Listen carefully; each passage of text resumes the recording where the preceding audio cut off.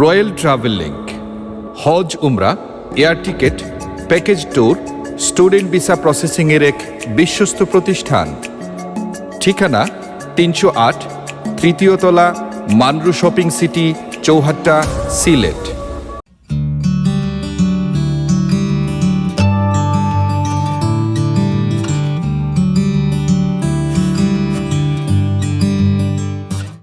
বই বিলাস, সকল প্রকার বইয়ের বিশ্বস্ত প্রতিষ্ঠান।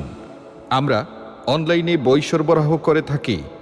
ঠিকানা ৪৯ রাজা মেনশন, দ্বিতীয় তলা, জিন্দাবাজার, সিলেট। لبيك اللهم لبيك لبيك لا شريك لك لبيك إن الحمد والنعمة لك والملك لا شريك لك لبيك اللهم لبيك।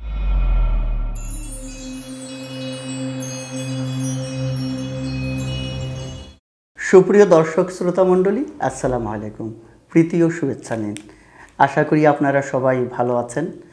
সাহিত্য সংস্কৃতির আজকের এই আয়োজনে আপনাদের সবাইকে স্বাগত জানাচ্ছি। আমি মামুন সুলতান। সাহিত্য সংস্কৃতির নানান দিক ও বিষয় নিয়ে আমাদের আয়োজন সাহিত্য সংস্কৃতি। আজকের বিষয় কথাশিল্পী শাহেদ আলী।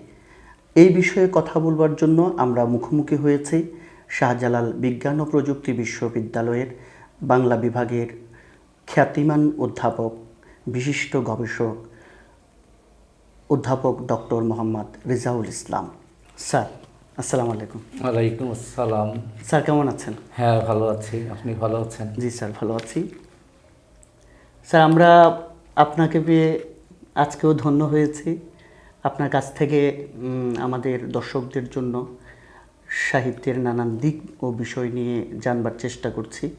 আপনি আমাদেরকে আপনার মূল্যবান সময় থেকে অনেক সময় দিয়ে আমাদেরকে কৃতার্থ করছেন। আমরা ধন্য হচ্ছি। অবশ্যই আমাদের এই সংস্কৃতির এই গ্রুপের পক্ষ থেকে আপনার কাছে আমাদের অনেক কৃতজ্ঞতা থাকবে। স্যার, জানেন যে আজকে আমরা মুখোমুখি হয়েছে আপনার একটা বিষয় নিয়ে, অধ্যাপক শাহেদ আলী, যিনি একাধারে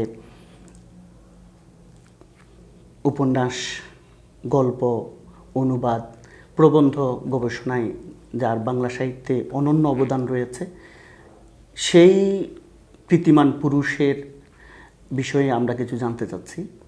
স্যার, আমাদের প্রথম জিজ্ঞাসা হলো যে আপনি আপনার ব্যক্তিগত জীবনে আপনার সেই ছোটোবেলা থেকে আপনি সাহিত্যের সাথে আছেন, সাহিত্যকে ভালোবেসেছেন এবং আপনার সাহিত্য জীবনের সাথে শাহেদ আলী একাত্মভাবে একটা ঘনিষ্ঠ যোগাযোগ তৈরি হয়েছে।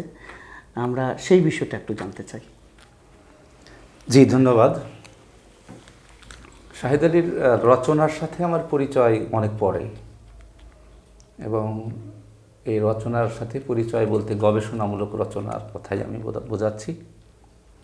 আমরা যখন মাস্টার্সের পড়াশোনা করি তখন আমাদের একটি বিষয় ছিল গবেষণাপত্র, মাস্টার্সের থিসিস পেপার। তো আমি সেই থিসিস পেপার প্রস্তুতের জন্য একজন স্যারের কাছে গিয়েছিলাম। স্যারই আমাকে মোটামুটি বলা যায় যে আহ্বান করেছিলেন যে তুমি আমার কাছে আসো, কোন বিষয়ে কাজ করতে চাও। শেষ পর্যন্ত ডক্টর সফিকুন্নবী সামাদি রাজশাহী বিশ্ববিদ্যালয়ের শিক্ষক, তারপরে উনি কয়েকজনের নাম বললেন। তো শেষ পর্যন্ত বললেন যে তুমি শাহেদ আলীর উপরেও করতে পারো আর কি। এবং তারপরে আর শফিকুন্নবী সামাদি স্যার আর আমার সুপারভাইজার ছিলেন না, আমার সুপারভাইজার ছিলেন তৎকালীন বিভাগীয় সভাপতি শেখ আতাউর রহমান, তিনি সুপারভাইজার ছিলেন। তো ওই সময়ে শাহেদ আলীর বিষয়ে আসলে অনুসন্ধান শুরু করি এবং পড়াশোনা শুরু করি, এবং ব্যক্তিগতভাবে তার সাথে দেখা করি ঢাকার বনানীর বাসায়। এবং দেখা করার বিষয়টাও খুব স্মৃতিময় হয়ে আছে আমার এত দিনে, প্রায় 20 বছর হয়ে গেল।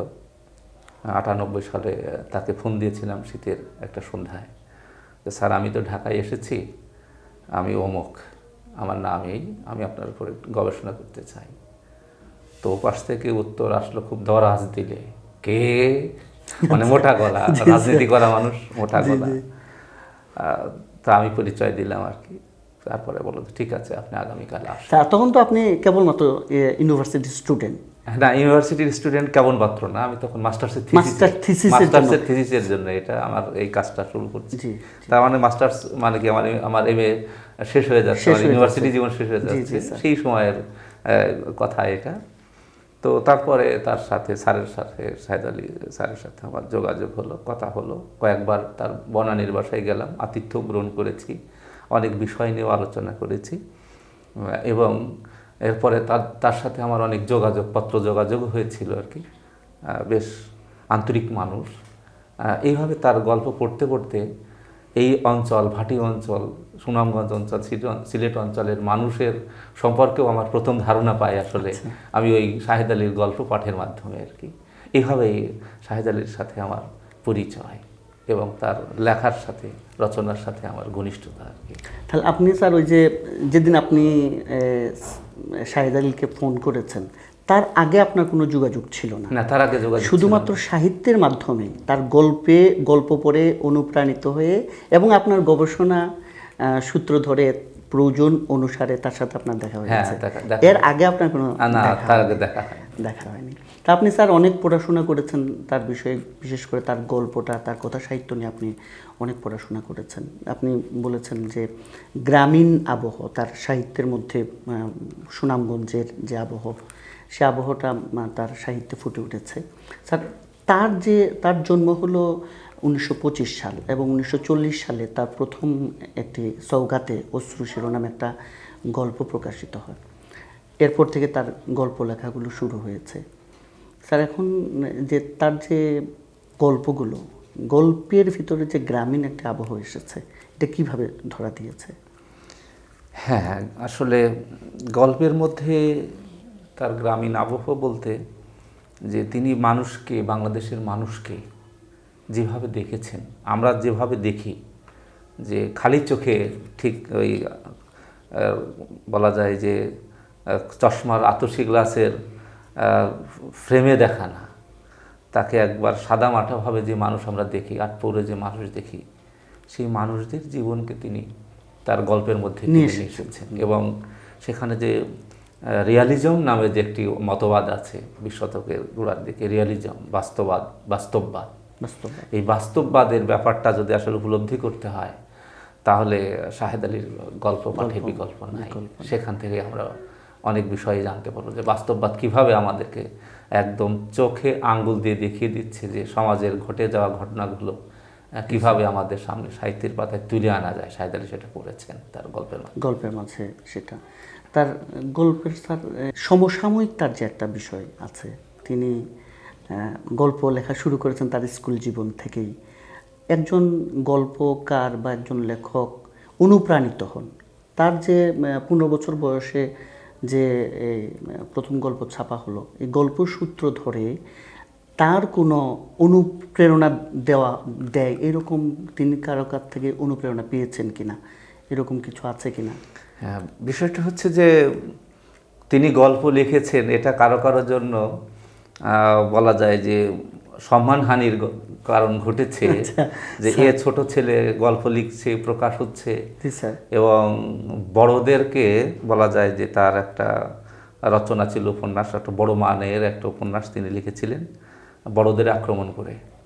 তো এই রচনাটা দেখা গেল যে টেবিলে ছিল, স্কুল থেকে এসে দেখা গেল যে টেবিলে আর নাই, খুঁজে পাওয়া গেল গোয়াল ঘরে গরুতে চিবিয়ে খাচ্ছে। কারণটা হলো যে সেটা বড়দের আক্রমণ করে লেখার কারণেই বড়রা চায় না যে এটা প্রকাশ হোক, এটা স্থিতি অবস্থায় থাক, বা এটার মানে বাজার প্রতিদ্বন্দ্বিতা মনে করছে, তাদেরকে হেয় করা হচ্ছে, এইরকম আক্রমণ করা হচ্ছে, মানে এই বিষয়টা ছিল আর কি। সেই কারণে তারা ওইটাকে নষ্ট করে দিয়েছে। সাহিত্যের নতুন একটা ধারা, গল্পে নতুন একটা ধারা, রবীন্দ্রনাথের যে একটা ধারা, নতুন একটা তিনি ধারা তৈরি করার চেষ্টা করেছেন, এটা একেবারে নিশ্চিত একটা। সেজন্য হয়তো তার আশপাশের মানুষগুলো তাকে সহ্য করতে পারেনি। না, বিষয়টা ওরকম না।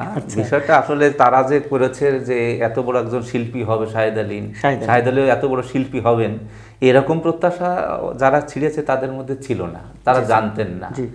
এই সমসাময়িক যারা মূলত তাদের কাছ থেকে এই ঘটনাটা ঘটেছে, একটু বয়োজ্যেষ্ঠ, কিন্তু তার মানে এই না যে তারা অনেক বড় সংসারের কর্ণধার বা অনেক বড় তারা অভিভাবক সমতুল্য, এরকম কেউ না। এই এদের কাছ থেকে আর কি তার এই বৈরী সুলভ আচরণটা পেয়েছে এবং সেই কারণে সেটা নষ্ট হয়েছে। এবং পরবর্তী পর্যায়ে উনি চেষ্টা করেছিলেন যে এটাকে রূপ দেওয়া যায় কিনা, কিন্তু পরে উনি বলেছেন যে আমি আর সেভাবে আর পারিনি, সেই ধরনের ভাবে সেই আগের যে মেজাজটা ছিল, যে মুডটা ছিল, মোটিভ ছিল, সেটা আর আমি আনতে পারিনি। এইভাবেই তার একটা রচনা, উপন্যাস, অল্প বয়সের একটা উপন্যাস অঙ্কুরে বিনষ্ট হয়েছে। স্যার যদি আমাদেরকে তার লেখাগুলো সম্পর্কে যদি একটু। হ্যাঁ, শাহেদ আলী গল্পকার হিসেবে মানুষ জানে, কিন্তু শাহেদ আলীর অন্যান্য অনেক পরিচিতি রয়েছে, অনেক পরিচিতি রয়েছে এবং তার গল্প বলা যায় যে গ্রন্থ সংখ্যাও অনেক, এবং তার যে ধর্ম, সমাজ, সংস্কৃতি এই সম্পর্কিত গ্রন্থের সংখ্যা 8 এবং সেগুলোর মধ্যে একমাত্র পথ, তরুণের সমস্যা, মুক্তির পথ এরকম রয়েছে। এরপরে ইতিহাস বিশ্লেষণমূলক গ্রন্থ হচ্ছে 3, এগুলোর মধ্যে ফিলিস্তিনের রুশ ভূমিকা, সাম্রাজ্যবাদ ও রাশিয়া, বিপর্যয়ের হেতু, এই গ্রন্থগুলো আর কি ইতিহাস বিশ্লেষণমূলক গ্রন্থ রয়েছে। এরপরে গবেষণামূলক তার একটি গ্রন্থ রয়েছে, বাংলা সাহিত্যে চট্টগ্রামের অবদান, এটা অনেক চমৎকার একটি বই আর কি, গবেষণামূলক বই। শিশু সাহিত্য নিয়েও তিনি রচনা করেছেন, বিশেষ করে তার রুহির প্রথম পাঠ, ছোটদের ইমাম আবু হানিফা, সোনার গায়ে সোনার মানুষ, এগুলো তার শিশু সাহিত্য। একটি নাটকও লিখেছেন, নাটিকা আর কি, বিচার নামক একটি নাটিকা লিখেছেন। ইংরেজিতেও গ্রন্থ প্রণয়ন করেছেন এবং সেই দিক দিয়ে যদি আমরা বলতে চাই তাহলে economic order of Islam, Islam in Bangladesh, এই 2টা বই আর কি তার উল্লেখযোগ্য আর কি। এবং আমরা বাংলাদেশে ইকোনমিক অর্ডার অফ ইসলাম যে বইটা, তার প্রসিদ্ধি আসলে যেভাবে লাভ করার কথা ছিল সেভাবে লাভ করেনি, কিন্তু এই বইটা যারা আসলে ইসলাম নিয়ে চর্চা করতে চায়, শুধু তারা না, সাধারণ মানুষ যারা ইকোনমিক্স পড়ান বা অর্থনীতির ছাত্র, তাদেরও গুরুত্বপূর্ণ বই এইটা, যে কীভাবে আর কি এই ইসলামের অনুষঙ্গ, অর্থনীতির অনুষঙ্গ সহজ সরলভাবে আনা যায়, এনেছেন এই ইকোনমিক্স অর্ডার ইন ইসলাম এই বইয়ের মধ্যে। শুধু তাই না, আর একটি বই যেটা, সেটা হচ্ছে ইসলাম ইন বাংলাদেশ। আসলে ইসলাম ইন বাংলাদেশ বইটাও বাংলাদেশ ইসলাম কীভাবে এসেছে, কোন ধরনের ইসলাম, এই ধরনের আরেকটি বই আছে, খুব আরেকটি তাত্ত্বিক বই বলা যায়, ডক্টর মোহাম্মদ এনামুল হকের সুফিজম ইন বেঙ্গল, 1935 সালে বইটা বেরিয়েছিল, তার এটা পিএইচডি থিসিস আর কি। এখানেও তিনি সুফিরা কিভাবে এসেছেন, ইসলাম কিভাবে, এখানে শরীয়ত ইসলাম নাকি লৌকিক ইসলাম নাকি সুফিবাদের ইসলাম, এই বিষয়গুলো সেখানে আছে। আর শাহেদ আলীর যে বইটি ইসলাম ইন বাংলাদেশ, এখানেও তারই ধারাবাহিকতা আছে এবং শরীয়ত ইসলাম আসলে এখানে আসেনি, টেকেনি, এবং লৌকিক ইসলামের টাই আর কি, এবং আর একটি আধ্যাত্মিক ইসলাম যেটা মিস্টিক ইসলাম, মিস্টিসিজম, যেটা ইসলামের যে আধ্যাত্মিকতা বাদ, এই বিষয়গুলো আর কি তার এই ইসলাম ইন বাংলাদেশ এই বইয়ের মধ্যে আছে। আরেকটি বই, তার আরেকটি দিক, তার উল্লেখযোগ্য একটি দিক, সেটা হচ্ছে যে অনুবাদ করেছেন, অনুদিত অনেক গ্রন্থ রয়েছে এবং সেখানে 8টি গ্রন্থ রয়েছে। বিশেষ করে সেদিক দিয়ে বলতে গেলে না বললেই নয়, মোহাম্মদ আসাদের মক্কার পথ এবং আত্মাহিদ, তার আরও একটি অনুদিত গ্রন্থ। বইটা আপনার সাথে? হ্যাঁ, বইটা আমার কাছে আছে, মক্কার পথ, এই বইটা, the road to Mecca, Muhammad আসাদের। আসলে আসাদ ছিলেন হলো ইহুদি পরিবারের সন্তান, ইহুদি পরিবারের সন্তান আসাদ ছিলেন। তো ইহুদিদের বিশেষ করে পুরোহিতদের কর্মকাণ্ড, ধর্ম বিষয়ে নিয়ে তাদের চিন্তা চেতনা, যেভাবে চিন্তা করেন, যেভাবে তারা ভাবেন, এই ভাবনাগুলো তাকে মর্মাহত করেছে এবং কিশোর থেকে এই বিষয়গুলো তিনি দ্বিমত বা বৈরী মত পোষণ করতে শুরু করেন। আস্তে আস্তে তিনি চিন্তা করতে থাকেন, খুঁজতে থাকেন এর বাইরে আরও কিছু আছে কি না। একটা পর্যায়ে তিনি হজরত মুহাম্মদ সাল্লাল্লাহু আলাইহি ওয়াসাল্লামের জীবনী, ইসলাম সম্পর্কে, প্রাচ্য সম্পর্কে এবং আরবের পূর্ব দিক সম্পর্কেও, ইসলাম কীভাবে সেখানে আছে, এই সমস্ত বিষয়ে পড়াশুনো করেছেন, আরব পড়াশুনো করেছেন এবং তিনি বড় মাপেরই একজন লেখক ছিলেন আর কি, কর্মকর্তাও ছিলেন। আধ্যাত্মিকভাবে তিনিও আধ্যাত্মিকতাও সেরা অবস্থায় অবস্থান করেছিলেন। এই মোহাম্মদ আসাদ 1921 সালে ইসলাম গ্রহণ করেছিলেন এবং তার পরিবর্তিত নাম মোহাম্মদ আসাদ। এই বইটা আসলে অনেক অনেক ভাষায় অনুদিত হয়েছে, সকলেরই অনেক ভাষায় অনুদিত হয়েছে। সেই হিসেবে মক্কার পথ, যেটা দারুদ টু মক্কা মোহাম্মদ আসাদের, এটা একটা চমৎকার। আমি বইটা পড়ে দেখেছি, অনেক আলোচনা, বলা যায় যে চমৎকার অনুবাদ, যে আক্ষরিক অনুবাদ ব্যাপারটা নয় এখানে, বলা যায় যে অনুবাদ যে একটা সাহিত্য, অনুবাদ যে একটা শিল্প বা সাহিত্য, অনুবাদ সাহিত্য হিসেবে যে তার একটা মূল্য আছে, খ্যাতি আছে, সেটা এই শাহেদ আলী এই কাজটি চমৎকারভাবে করেছেন আর কি। সেই বিষয়ে একটি বিষয় আর কি। তো এইভাবে তার যে রচনা, ধর্ম সমাজ সংস্কৃতি থেকে শুরু করে আপনার অনুবাদমূলক যে রচনা, এই মিলিয়ে তার একটা বড় অধ্যায় রয়েছে। যে একজন লেখক শুধু গল্প লেখননি, তিনি সমাজ সাহিত্য নিয়ে লিখেছেন, ইতিহাস নিয়ে লিখেছেন, ও গবেষণা করেছেন, বাচ্চাদের জন্য শিশুতোষ রচনা করেছেন, নাটিকা লিখেছেন এবং অনুবাদ করেছেন। এই যে এইভাবে তার একটি বড় জগৎ, হ্যাঁ, একটা শিল্প সাহিত্যের ক্ষেত্রে একটা বড় মাপের মানুষ। এই ক্ষেত্রে তিনি যে বিচিত্রমুখী রচনা তার রয়েছে আর কি। স্যার, শাহেদ আলীর কথা সাহিত্য নিয়ে আপনার একটু আলোকপাত আমরা শুনতে চাই। হ্যাঁ, ধন্যবাদ। কথাশিল্পী শাহেদ আলী, চমৎকার একটি টার্ম আপনি ইউজ করেছেন, অনেক চমৎকার বিষয়। শাহেদ আলীর সাথে কথাশিল্পী শব্দটা যুক্ত হয় কি না, সেরকম কোনো কাজ করেছিল কি না, এবং তার গল্পগুলোর শিল্প মান কেমন, এটা একটা বিষয়, চমৎকার একটা ব্যাপার। তো শাহেদ আলীর গল্প সংখ্যা হলো 6টি এবং প্রথম গল্প হচ্ছে জিব্রাইলের ডানা, 1953 সালে প্রকাশিত হয়েছিল। এর 10 বছর পরে প্রকাশিত হয়েছিল একই সমতলে গল্প গ্রন্থ। এরপরে বের হয়েছিল 1986 সালে শাহনজর গল্পগ্রন্থ। 86 সালে ওই একই বছরে আরেকটি গল্পগ্রন্থ বের হয়েছিল অতীত রাতের কাহিনী, এবং 1987 সালে বের হয়েছিল অমর কাহিনী, এবং 1992 সালে নতুন জমিদার। আর তার একটি মাত্র উপন্যাস, যেটা 1985 সালে বের হয়েছিল, সেটার নাম হচ্ছে হৃদয় নদী। তো এই মিলেই কথাশিল্পী শাহেদ আলীর মূল বিষয়। তো এখানে আমাদের যে বিষয়টি আসে সেটা হলো যে কথা এবং শিল্পী দুটি বিষয় একটার সাথে আর একটা জড়িত। কথা শিল্পী হিসেবে তার যে গল্পগুলোর নাম আমরা বলেছি, গল্পগ্রন্থের নাম বলেছি, সেগুলো আসলে অনেকগুলো ব্যাপারকে কেন্দ্র করে রচিত হয়েছে। এবং সেই ব্যাপারগুলোর মধ্যে যদি আমরা বলি, সমাজের যে ঘুষ, দুর্নীতি, এই বিষয়গুলো তিনি এমনভাবে নিয়ে এসেছেন, এবং সেই গল্পগুলো পড়লে মনে হবে যে আসলে এটা শুধু গল্পের কথা না, এটা যেন সমাজেরই কথা। এই যে নিপুণভাবে আনাটা, নিপুণভাবে এনেছেন, এবং বিশেষ করে তার যে নতুন জমিদার, মানুষের মানচিত্র, রাত অন্ধকার, এই গল্পগুলোর মধ্যে দুর্নীতি কীভাবে, ঘুষ কীভাবে সমাজের পরতে পরতে রয়েছে, এবং 40 থেকে শুরু করে একদম তার মৃত্যুর আগ পর্যন্ত যে গল্পগুলো ছিল, রচনা করেছেন, সেই গল্পের মধ্যে এই বিষয়গুলো এসেছে আর কি। এবং শুধু তাই না, আমরা যে সমাজে বাস করি, সেই সমাজ সংস্কারের বাইরে না, সমাজের মানুষের মধ্যে একটা সংস্কার কাজ করে, এবং সেই সংস্কারগুলো আমরা যখন দেখি তখন মনে হয় এ তো আমাদেরই পরিচিত সমাজেরই সংস্কারগুলো তার গল্পের মধ্যে এসেছে। এবং বিশেষ করে এলোমেলো গল্প, সেখানে দেখতে পাচ্ছি যে সেই গল্পের নায়িকা মনিরা, সে নিজে ভাত খায় না আগে, পুরুষ মানুষের আগে তো মেয়েরা ভাত খায় না। সে দেখেছে তার ভাবিকে, অন্যান্য বোনদেরকে, বড় বোনদেরকে, যে তারাও পুরুষের আগে ভাত খান। এটা সমাজের কোনো ধর্মের কোনো বিধান না, সামাজিক সংস্কার, এটা সামাজিক সংস্কার, এটা সে মানে। এবং শুধু তাই না, শাহনজর গল্পের যে মিরাদ, সেই মিরাদকে দেখেছি, যে মিরাদ অন্ধ মিরাদ, তার যখন বাচ্চা হলে সে তো চোখে দেখে না, তখন সে হাত দিয়ে তার ছেলের কপালকে স্পর্শ করে, এবং যখন বুঝে অনুভব করে যে তার ছেলের কপালটা একটু বড়, তখন মনে হয় তার এটুকু যে হয়তো তার ছেলেটা ভাগ্যবান হবে। কারণ তার বিশ্বাস যে যার সন্তান নতুন হয়, তার কপাল যদি বড় হয়, তাহলে সে ভাগ্যবানদের কাতারে পড়ে।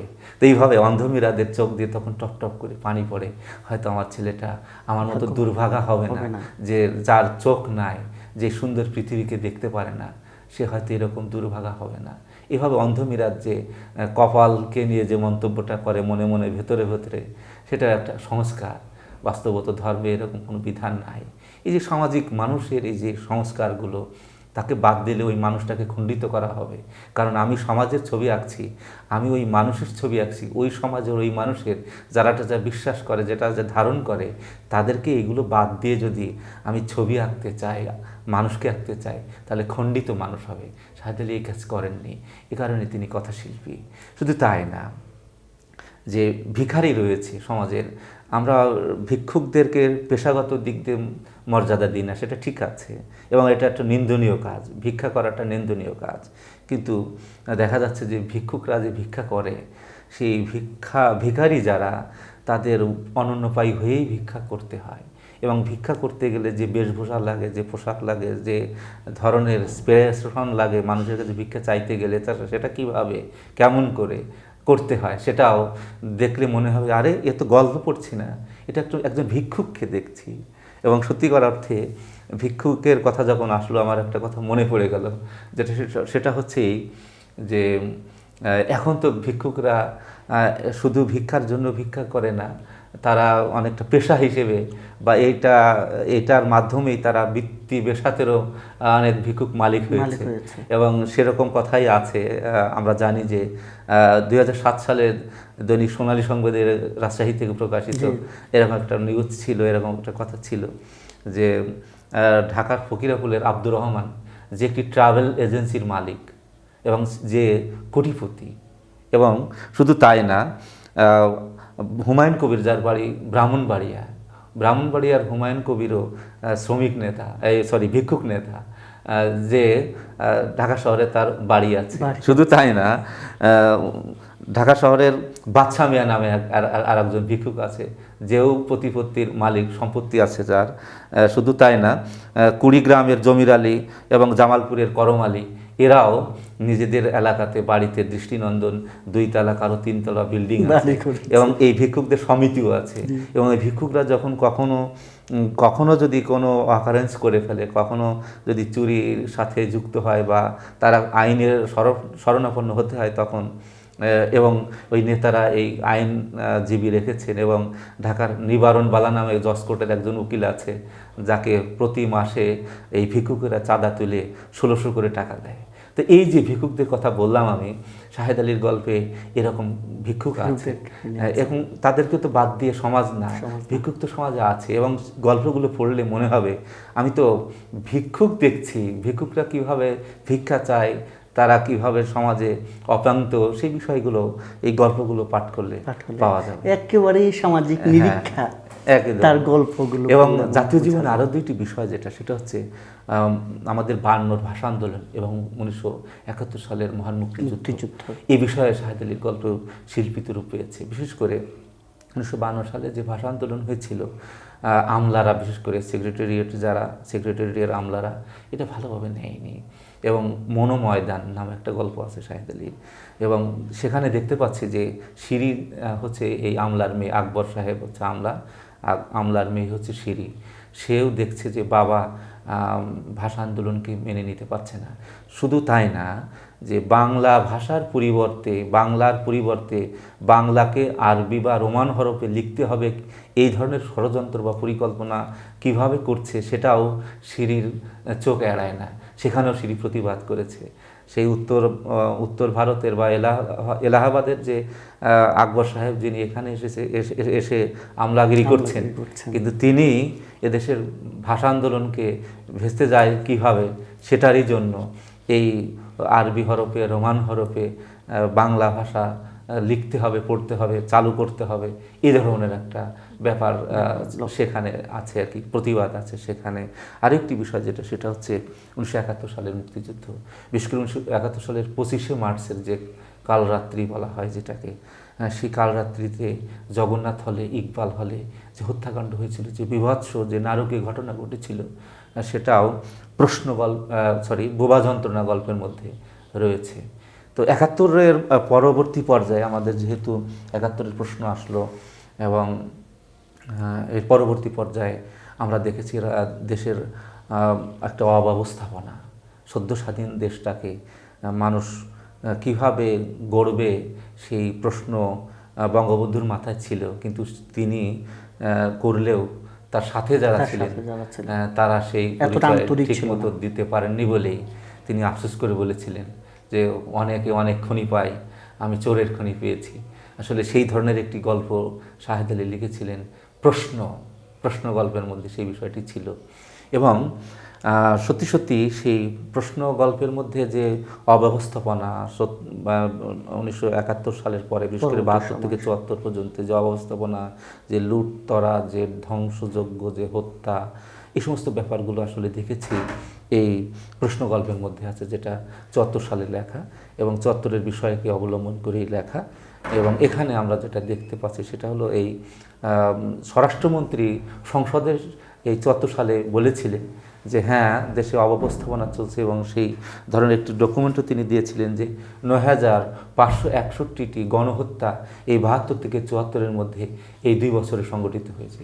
শুধু তাই না, ডাকাতি হয়েছে ১২২৪টি এবং ২৭১টি রাজনৈতিক হত্যা হয়েছে। এই বিষয়ে আরও বিস্তারিত আপনারা জানতে পারবেন যদি ডক্টর রেজওয়ান সিদ্দিকীর কথামালা রাজনীতি পড়েন, তাহলে ওখানেও দেখা যাবে যে 1972 থেকে 79 এই সময় পর্যন্ত প্রায় 40,000 নেতাকর্মীকে, রাজনৈতিক কর্মীকে হত্যা করা হয়েছে। এই ধরনের বিষয় সেখানে আছে, আমরা ওদিকে যাচ্ছি না। তো প্রশ্ন গল্পের মধ্যে শাহেদ আলী এই যে 72 থেকে 74 পর্যন্ত যে একটা অব্যবস্থাপনার সময় ছিল, সেই সময়গুলোকে চমৎকারভাবে শিল্পরূপ দিয়েছেন এবং সেই গল্পগুলো পড়লেও মনে হবে যে আমি এখনও সেই অব্যবস্থাপনার ছবি দেখছি, চিত্র দেখছি, সেই ধরনের বিষয়টি রয়েছে। শাহেদ আলীর গল্পের মধ্যে আরও যে বিষয়টি আমরা না বললেই নয়, সেটা হচ্ছে এই যে প্রতিবাদী সত্তা এবং সেই প্রতিবাদী সত্তা এরকম যে পুরুষের প্রতিবাদের পাশাপাশি নারীর প্রতিবাদ, নারী কীভাবে প্রতিবাদী করে, সেই ধরনের ব্যাপারগুলো আমরা দেখেছি। যে আতসী গল্পের মধ্যে মালেকা নামে যে নায়িকা ছিল, তার স্বামীরা, তার তিন স্বামী দেখা যাচ্ছে কি যে কেউ পরিশ্রম করে খেতে পছন্দ করে না, একজন তাবিজ কবজ লেখে, একজন ভিক্ষা করে, একজন সুদ খায়। তো এইরকম অবস্থার কারণে এই মালেকা একসময় নিজেদের বিরুদ্ধে প্রতিবাদ স্বরূপ নিজেই নিজের গায়ে আগুন ঢেলে তাদের শিক্ষা দিয়ে যায় যে তোমাদের এই অন্যায় অপকর্মকে আমি মেনে নিলাম, আমাকে মানানো যাবে না। এরকম শুধু আর তাই না, আরেকটি বিষয় যেটা, সেটা হচ্ছে নারীর অধিকার। সেই নারীর অধিকারের প্রশ্নেও শাহেদ আলী নীরব ছিলেন না।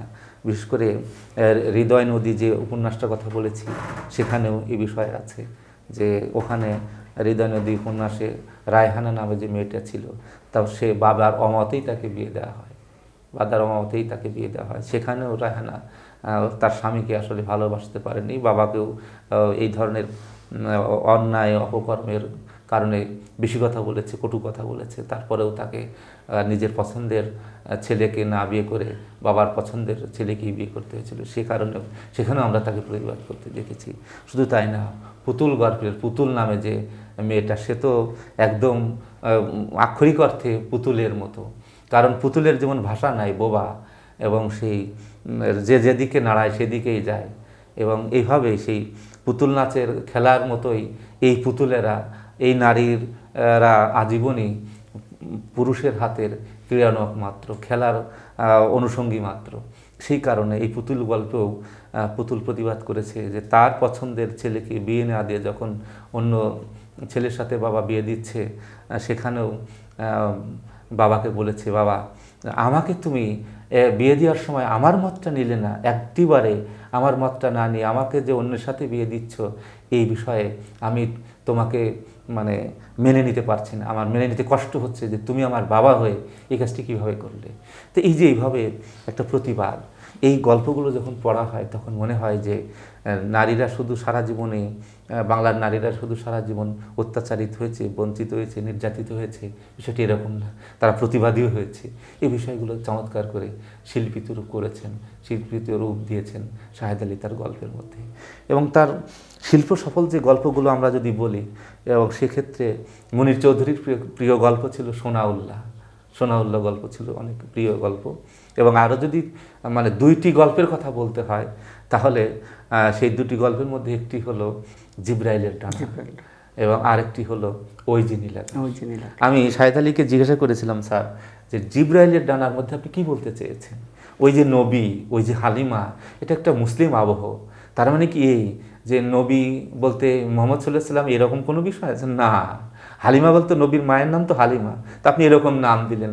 বিষয়টা ছিল এই যে নবী, এই হালিমা, এই জিব্রাইল, এই শবে বরাতের রাত, এটা একটা মুসলিম আবহ। এই মুসলিম আবহের মধ্য থেকে আমি যেটা বের করে নিয়ে এসেছি সেটা হলো এই, কিছু মানুষ আছে তারা পরিশ্রম করে না। নবী তো ওই ছেলে যে ঘুড়ি উড়ায়, আর ঘুড়ি উড়িয়ে সে আল্লাহর কাছে আরো সে তার মেসেজটা দিতে চায় ঘুড়ির মাধ্যমে।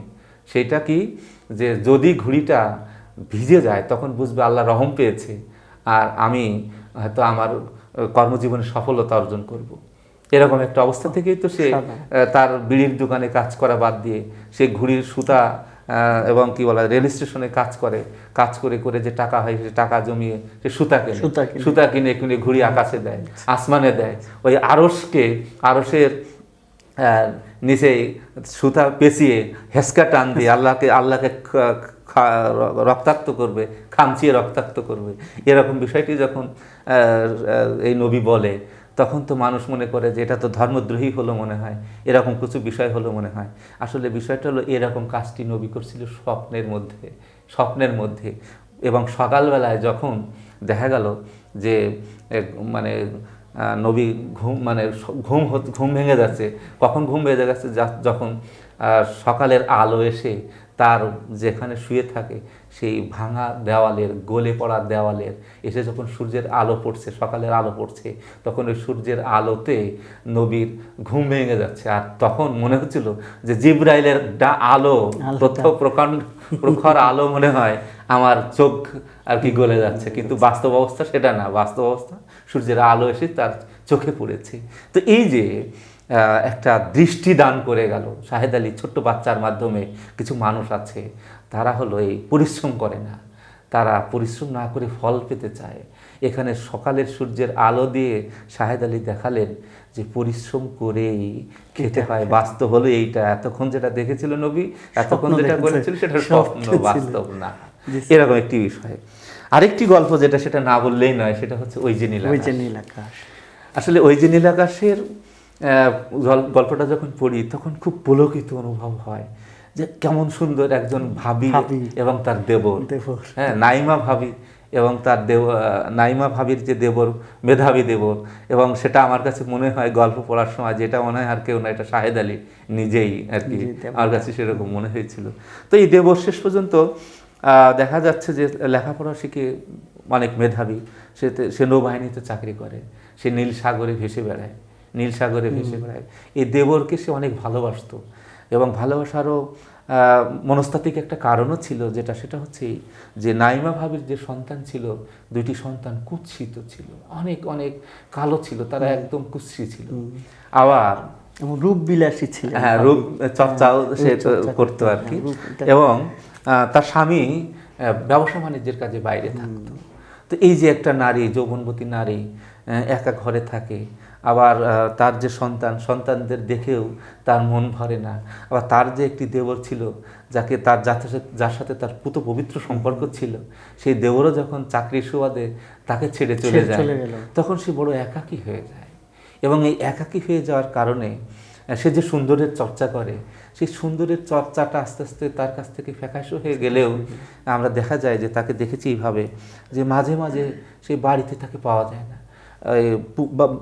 বাড়ির ধারে যে পুকুর আছে, সেই পুকুরের ধারে ওখানে পুকুরে ধারে দাঁড়িয়ে থাকে বা অনেক সময় পুকুরের পানিতে নেমে থাকে।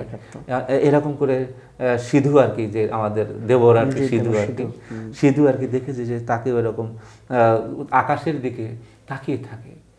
কেন আকাশের দিকে তাকিয়ে থাকে, এরকম একটা ব্যাপার দেখা গেল যে আসলে সে তাকিয়ে থাকে ওই দিকে, জোহরা তারার দিকে।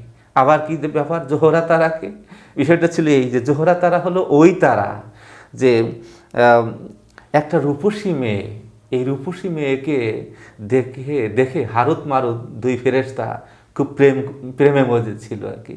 তো শেষ পর্যন্ত দুই ফেরেশতা গন্ডগোল যখন বাঁধলো, তখন এই দুই ফেরেশতার গন্ডগোল, এটা মিথ আর কি, গন্ডগোল আর কি অবসানের জন্য ওই রূপসী মেয়েকে আর কি জোহরা তারা করে আকাশে ঝুলিয়ে রাখলো, যেটা নীল তারা হয়ে আকাশে ঝুলিয়ে আছে এবং সারা জগতের সৌন্দর্যপ্রিয় মানুষের সৌন্দর্যের প্রতীক হয়ে ওই আকাশে ওই জোহরা তারা ঝুলে থাকে।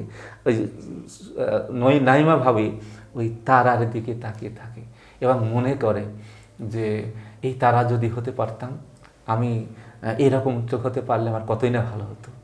একটা পর্যায়ে একটা দিন দেখা গেল যে নাইমা ভাবি পানিতে ডুবে আত্মহত্যা করেছে। পরে যখন তাকে তুলে আনা হলো, তুলে আনার পরে একজন দারোগা এসেছেন সুরত হালে রিপোর্ট লেখার জন্য তার কি অবস্থা। তো যখন দেখছে তখন দেখে যে নাইমা ভাবি যে আত্মহত্যা করার আগে পানিতে যখন গিয়েছিল, তো তার পরনে যেগুলো ছিল সেইগুলো হচ্ছে এই যে তার হাতের চুড়িটা নীল রঙের, পরনের যে শাড়িটা নীল রঙের, অন্তর্বার যেটা সেটা নীল রঙের এবং ছায়া যেটা সেটাও নীল রঙের, চুলের যে ফিতা সেটাও নীল রঙের, নাকের যে নলক সেটাও নীল রঙের। আর ওই মৃত্যুর সময় তার চোখ দুইটা নীল আকাশের দিকে, ওই জোহরা তারার দিকে ঝুলেছিল। তো এইভাবে দারোগা সাহেব ওখানে মন্তব্য করেছেন যে তার বয়স কত, যখন বয়স জিজ্ঞাসা করল 30 বছর, তখন মনে হয়েছিল এটা হয়তো ষোড়শী কন্যা, হয়তো 16-17 বছর তার বয়স হবে। তো এইরকম একজন মেয়ে, এইরকম একজন মানুষ, সব আছে, তার সন্তান আছে, তার সংসার আছে, তার স্বামী অনেক ব্যবসায়ী, তারপরও এরকমটি কেন হলো? এই প্রশ্নটা আমি শাহেদ আলী স্যারকে করেছিলাম যে এটা কি হলো স্যার, আপনি কি বলতে চাচ্ছিলেন? উনি বলেছিলেন যে কিছু মানুষ আছে যারা সৌন্দর্যপ্রিয় হয়, সৌন্দর্যের আকর্ষণে তারা এই পার্থিব জগতের মধ্যে তাদের কাঙ্ক্ষিত সৌন্দর্য থাকে না বলেই তারা একসময় অপার্থিব জগতে চলে যায় সৌন্দর্যকে অন্বেষণ করতে। এই নাইমা ভাবিও সেই কাজটি করেছিল ওই যে নীল আকাশ গল্পের মধ্যে। এইভাবে তার আসলে গল্প যখন পড়ি তখন শিল্প কিভাবে গল্পগুলো গল্প না হয়ে শিল্প হয়ে ওঠে আমরা আসলে পড়লেই বুঝতে পারবো আর কি। এজন্য সত্যি সত্যি পাঠক যদি এই গল্পগুলো পড়েন, বিশেষ করে তার যে গল্পের কথা আমি বলেছি এবং তার যে বিশেষ করে জিবরাইলের ডানা গল্প গ্রন্থের যে গল্পগুলো আছে, শাহনজর গল্পগুলো আছে, একুশ সমতলের গল্পগুলো আছে, এগুলো পড়লেই পাঠক একদম সমতলে চলে যাবেন, যে কেমন সুন্দর করে ওই মানুষের সমতলে চলে যাবেন, মনে হবে যে আমি ওই জীবন্ত চরিত্রগুলোকে দেখছি। পাঠকের জন্য এই গল্পগুলো লিখেছেন ইনি কি মানে তার ভাষা, তার শব্দচয়ন আমাদেরকে সব শ্রেণীর পাঠকের জন্য ঠিক আছে কিনা? হ্যাঁ, ঠিক আছে কিনা বলতে বিষয়টা আসলে ওরকম না। হ্যাঁ, শাহেদ আলীর গল্পে যেমন গ্রামীণ জীবনের মানুষের কথা আছে, আবার বিদগ্ধ চরিত্রের কথা আছে, নগর জীবনের চরিত্রের কথা আছে। শুধু যে গ্রামীণ জীবনের মানুষের কথা বলেছেন এমনটি না, এমন চরিত্র আছে যে তারা বিশ্ব সাহিত্যের সে সমস্ত বড় বড় পণ্ডিত তাদের খোঁজ খবর রাখেন, অনেক রাজনীতিবিদ তাদের খোঁজ খবর রাখেন, অনেক দার্শনিক তাদের খোঁজ খবর রাখেন, এবং করে রুশো, ভলটেয়ার, মার্কস, লেনিন, মাও সেতুং এদেরও বই পুস্তক মানে আন্ডারলাইন করেই পড়েন। এই ধরনের বিদগ্ধ চরিত্রও রয়েছে। আবার ওই ফকির মিসকিন থেকে শুরু করে সমাজের কৃষক শ্রেণী, সুদখোর, ঘুষখোর, মোড়ল মাতব্বর, এই ধরনের শ্রেণী, সব ধরনের শ্রেণী পেশার মানুষই রয়েছে। এবং ওই শ্রেণী পেশার মানুষ মিলেই ওই সমাজ, ওই রাষ্ট্র, ওই দেশ যা আমার বাংলাদেশের মানুষকে শাশ্বতকালের বাঙালি সমাজকে প্রতিনিধিত্ব করে। ধন্যবাদ স্যার। যে আমরা স্যারের আলোচনা থেকে আসলে যে বিষয়টা আমরা স্পষ্ট করতে পেরেছি, কথাশিল্পী শাহেদ আলী তার কথার ভেতর দিয়ে, তার সাহিত্যের ভেতর দিয়ে যে শিল্প নির্মাণ করেছেন, যে চরিত্রগুলো নির্মাণ করেছেন, অসাধারণ। আজকের এই যুগেও এই দিদীপ্যমান হয়ে আছে তার আলোকোজ্জ্বল সৃষ্টিগুলো আমাদের কাছে ধরা দিয়েছে আজকে স্যারের আলোচনায়। স্যারের কাছে আমরা কৃতজ্ঞতা জানাচ্ছি এবং আমরা দর্শকদের কাছে বিনীতভাবে অনুরোধ জানাচ্ছি, একজন শাহেদ আলীকে পাঠ করুন, অধ্যয়ন করুন, গল্পগুলো পাঠ করার চেষ্টা করুন, তাকে আবিষ্কার করার চেষ্টা করুন এবং তার গল্পের ভিতরে যে মজা আছে, যে চরিত্রগুলো তিনি নির্মাণ করেছেন আমাদের সমাজ থেকে, আশা করি আপনাদের সবার ভালো লাগবে। সবাই ভালো থাকবেন। আল্লাহ হাফিজ।